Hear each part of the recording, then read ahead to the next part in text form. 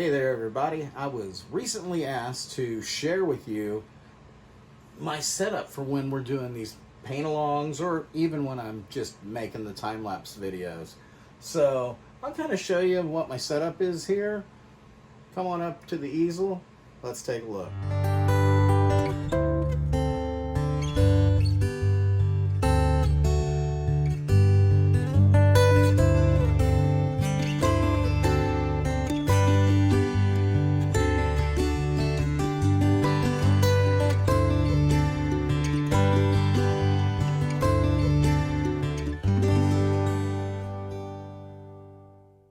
Okay, so what setup do I have up here? Well, first of all, what I'm using is an H-frame easel. Now, this easel, when I bought it, as you can see right here where this tray is, that was it. This wasn't here. Same with up here. But what I did was I screwed these pieces of 1x2 to the easel, so I could widen it out a little bit. Now, I had to wind up putting some screws in because sometimes these things are a little warped. Now, I haven't tried using a hardwood, a better quality. This is a piece that was about the straightest I could find laying in a stack at one of the home centers. You know, so it is what it is. But I had to put these screws in, and when I put a canvas up here, if it's not quite getting tight to the easel, I'll just use these screws, run them in just a little bit, just kind of like pins almost. And I have them on each side. Now this drywall screw here, that was that's for that snowman painting that I'm in the middle of. So yeah, this is H-frame easel. I like an H-frame because it's solid. It's easy. Once you have this in, your canvas in, you can move it up and down very easily. So, and then there's a little screw back here you can tighten down when you're ready to paint. And that really firms it up. It's heavy, which is good because this isn't going outside. I'm not painting with this outside. Now, I kind of customized it a little further by getting some magnets, and I just used some super glue and put some magnets on here for, let me grab one here. There we go. For these brushes. There. Oh, I put one over here. Let's see that a little bit better. Yeah. Magnets. I also have them over here. These aren't as strong. These were the first ones I tried. Not as strong. I got some stronger ones at, I don't know, Lowe's, Home Depot, Menards, one of them places. Got them over there too. And so that's my easel. Now, what am I using when I'm making these videos? Well, of course, I've got my canvas that I'm going to paint, but when I'm doing the paint-alongs, this palette is nothing more than a, let me grab one.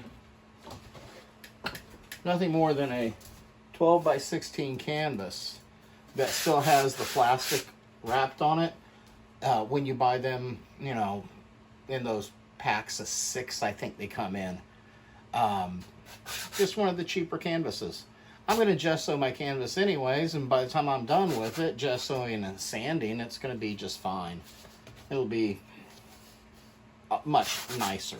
But anyways, that's beside the point. I'm getting off on a tangent.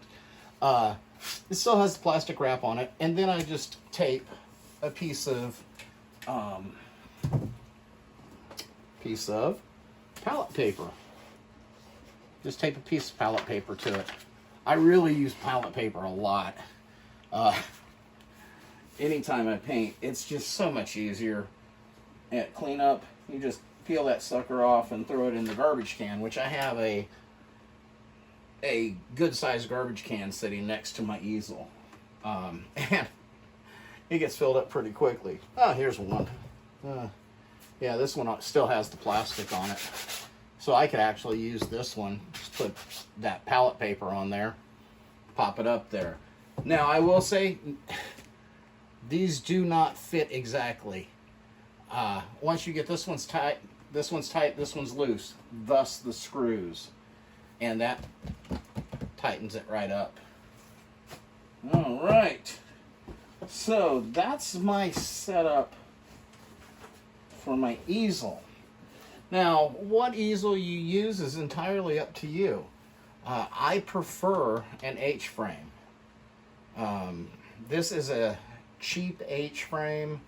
Not really the one I want, but I haven't hit that point in my artist journey yet where I can afford it. So, okay, now, what else do I use? Now, sometimes I'll use these wood panels. These are 12 by 16. I like painting 12 by 16. I ran into an artist very recently. He paints 4 foot by 5 foot. I don't know what that translates to in centimeters, but that's a big canvas. But I'll use these. Now, I can't use these screws on these, you know, these wood panels. You just can't do it. So, most of the time, unless I can figure out a better way, our paint-alongs will be on a stretched canvas. All right. So, what else do I use over here? I picked this up real quick. Anyone seen me use one of these? This is a homemade maul stick. Now, I have a maul stick that I actually purchased. Well, I didn't purchase it. It was purchased. It was a Christmas gift. And my wife got it for me, and she knows. I don't like it. I don't like the store-bought one. So I made one myself. This right here is nothing more than an old Swiffer handle and a old paintbrush just, you know, stuck in the end of it there. And I can hook it right up here and then hold it. And honestly, usually I'm right here or here because that's where my canvas usually is, unless we're doing the paint along. And I can get to everything, you know. That helps to just steady my hand. Steady my hand. Now, I don't always need it, but it's nice to have. So there's that. I've gone over what kind of brushes I use, but just real quick.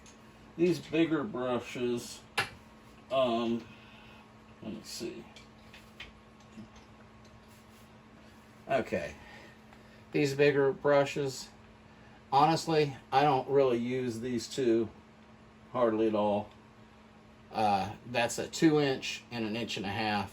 Here's a 1-inch. These are Wooster Yachtsman. You can find them at your hardware stores. I mean, you can get them on Amazon. They are so much cheaper than the other brushes, you know, that have artist names on them.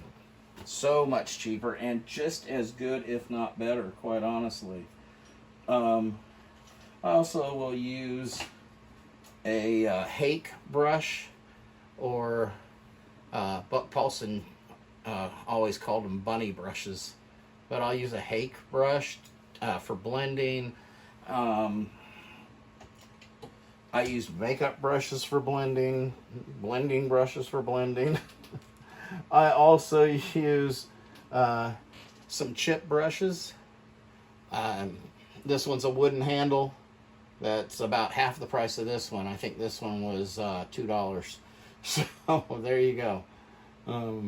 I'll use those. I mean, I'll use them all the way down to 1/2 inch. Yeah, so that's what we have going on here.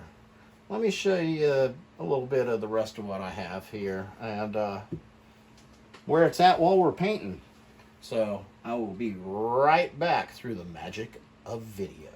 Okay, and now sitting to the right of me, this is my supply drawers. Up here I have soap, and these are erasers for an electric eraser that I have. Charcoal, sandpaper, you know, have stuff there. Then I have my paints. As you can see, I use mainly Winsor & Newton Artisan water mixable oils. And this is how I store them here. This is white through alizarin crimson. Just, that's the order I have them in my head. And then down here I have phthalo blue through lamp black. This is a jar of white medium that I made, which I'm going to be doing a paint along with some white medium. I don't really use it that often, but I was in an art show about a week ago and had my booth set up, and I was doing a demonstration painting, and a young man came along. I don't know how old he was, somewhere between, I don't know, I'm old, so everybody looks really young to me, but somewhere between maybe 9 and 12. But I didn't catch his name. He and his dad and his sister stopped by, and he wants to be an artist, and he told me he was going to subscribe to my YouTube channel. So if that would happen to be you, just know I'm about to do a painting that you can paint along with me, okay? All right. That'll be kind of a cool thing to do. So the next drawer here, these are my working paints. These are the ones, this is the drawer I go to grab my tubes to put on the pallet up there. And as I run out, like this one is, I believe that is Cad Yellow Pale. As I run out, I'll just grab some from up here and fill the drawer. On down, I have traditional oils, mediums, and tape, sponges, stuff like that. So let's see if I can do this without too much trouble here. There we go. Also to my right, I have a little table here, and this is where I keep my working brushes. Now, that will change painting to painting. These are just some that I just recently cleaned, and so, dry. Well, they're dry now. But I'll have that. Also, I'll have some water. Yes, I know this needs to be changed. But yes, I'll have water to clean my brushes. I also have my linseed oil and a from Dale's Bar. A little shot glass with some linseed oil. I have a Q-tip in there. It's just easier to pull that Q-tip out and land a couple drops of oil on your palette. Now, also, what this tripod is sitting on is my palette. And that's what I'll usually use if I'm not doing a paint along with you. But I'll do the same thing. I'll put a piece of palette paper on it, and bada bing, bada boom. Okay, so that is my setup. Now, to my left, I have other brushes. Let me put this over here. Show you this. See this? A friend of mine turned me a few of these. And that's what I keep a lot of my paintbrushes in. Now, I've tried organizing my paintbrushes so many times, it just doesn't normally work out. So, it is what it is. Now, my short-handled paintbrushes, I'll just have a coffee can and stick them in there. These are a bunch of flats, some angles, some filberts. So, yeah. So oftentimes I'm digging through the brushes trying to find the brush that I want. So that's what I have, and that's off to the left of me. And that's about it, really, folks. I'm going to be watching the Bengals play today. Hopefully they have a better showing than they did last week. That was a disappointment. So fingers crossed. You all have a wonderful day. Remember to keep looking up, because that is where our strength comes from. And as always, you are appreciated and you are welcome here. Thanks for stopping by, and I will talk at you later.